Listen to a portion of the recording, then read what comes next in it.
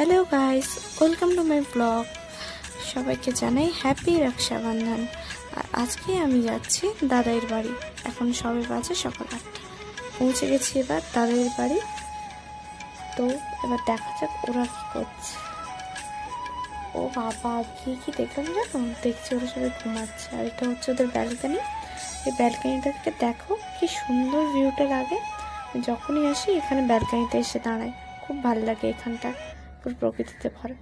তারপর চলে এলাম সাজাতে, সব ডেকোরেশন করতে। তো এবার ডেকোরেশন কমপ্লিট। এবার শুরু হয়ে গেছে আমাদের রক্ষাবন্ধন ইভেন্ট। তো প্রথমে দিভাই পড়াচ্ছে দাদাকে।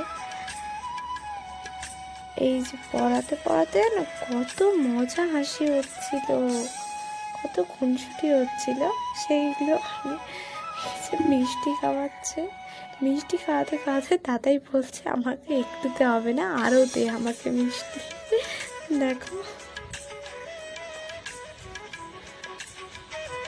তো তারপর হয়ে গেল ও, এরপরে আমার টার্ন।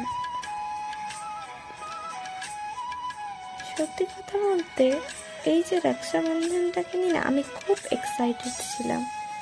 বছরে একবারই আসে, তো এই দিনটাতে আমার কাছে সবচেয়ে স্পেশাল দিন।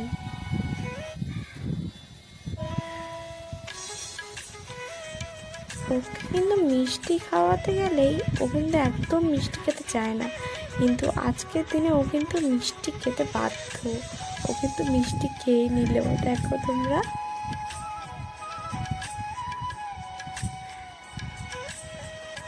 তো তারপরে আমরা একটু ভালোবাসা করে নিলাম। এ দেখো এবার ও আমাদেরকে রাখি পরাচ্ছে।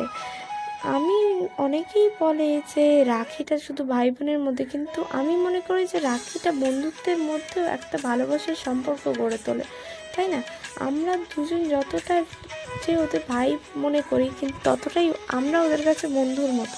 তারপরে আমরা কিছু পিক তুলেই না, সুন্দর সুন্দর ছবি। এই ছবিগুলো তোমরা আলাদা করে পেয়ে যাবে।